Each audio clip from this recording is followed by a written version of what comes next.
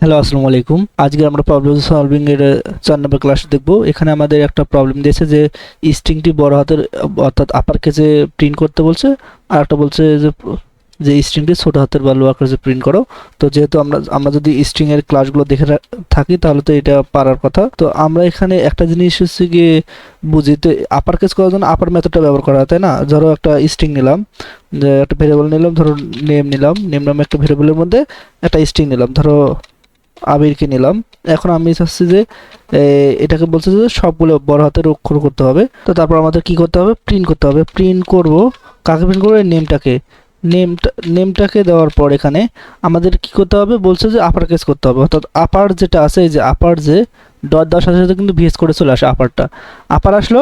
এখন কি এইগুলো যেহেতু ম্যাথড, তাহলে ম্যাথডের চিহ্ন কি ফার্স্ট ব্র্যাকেট দিলেই কিন্তু চলে আসবে। এই দেখো আবির চলে আসে, সবগুলো বড় হাতের অক্ষর আছে। হ্যাঁ, এখন কথা হচ্ছে গিয়ে এখানে এটা নিছো, এবার যদি ইনপুট নিয়ে নাও তো সেম একই হবে। যা ইনপুট দেবে না কেন সবগুলো হচ্ছে বড় হাতের আসবে। ধরো ইউজারের কাছে তুমি ইনপুট নিবা, ধরো ইউজার কাছে নেম ইনপুট নিবা, তাহলে কি করলা?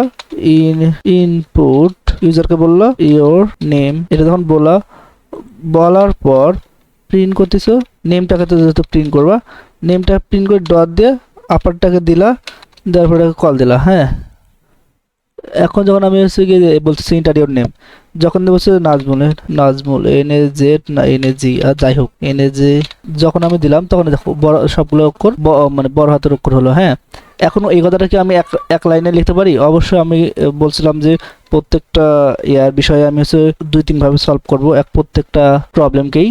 তো যেহেতু এটা হচ্ছে গিয়ে 2 লাইনে দেখালো, আর হচ্ছে গিয়ে এক লাইনে করলে হয় কি মেমোরি স্পেসটা কম হবে, এইগুলো আমরা তো জানি। যাই হোক আমি এটা এক লাইনে করি, যে যেমন প্রিন্ট করব, যেহেতু এক লাইনে করতে হবে। প্রিন্ট কাকে করব, কি করব? এখন প্রথমে আমাদের বুঝতে হবে, প্রথমে আমরা কি করতে যাচ্ছি, ইউজার কাছ থেকে ইনপুট নিয়ে ওটা আপার কেস করবো, তাহলে ইনপুটটা আগে নিতে হবে, তাই না? ইনপুট নিব, ইনপুটটা কি করবে? ইনপুটের মধ্যে কি থাকবে? যে ইউজার কাছ থেকে আমরা লিখবো যে ইন্টার ইওর হচ্ছে গিয়ে নেম রাখবে, ইন্টার ইওর নেম থাকবে। এটা টাইপ করবো, আর এই আগে এটা হচ্ছে কি করি, কমেন্ট করব।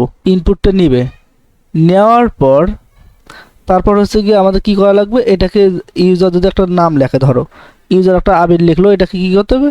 আপার কেস করতে হবে।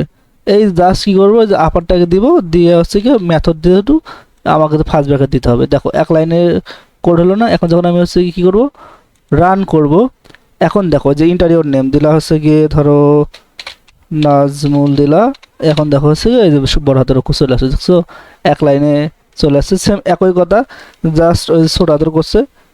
এবার যদি হচ্ছে গিয়ে আমি এখানে লোয়ারকে দিই বা লোয়ার দিই, হ্যাঁ এই যে লোয়ারটা আছে এখানে, লোয়ারটা দিলাম, আর এটা হচ্ছে কমেন্ট করে উপরেরটা, যখন কমেন্ট করে রাখবো। এখন যখন রান করব, ধর এবার হচ্ছে সবগুলো বড় হাতের দিলাম, যেমন আবির দিলাম বড় হাতের, এই দেখো সবগুলো ছোট হাতের করে দিলাম। হ্যাঁ, এখানে কি বলে যে ইউজার যাই টাইপ করুক না কেন, ধরো আবির ছোট হাতের টাইপই করলো, তাও আবির ছোট হাতেরই দেখাবে, তার কারণ আমরা হচ্ছে কোডে বলেই দিছি যে লোয়ার হবে। এখন ইউজার যাই করুক না কেন, এটা লোয়ারেই হচ্ছে গিয়ে আউটপুট দেখাবে। তো এই ছিল ক্লাস, সবাই ভালো থাকো, দেখা হবে নেক্সট আমাদের প্রবলেম সলভিংয়ে।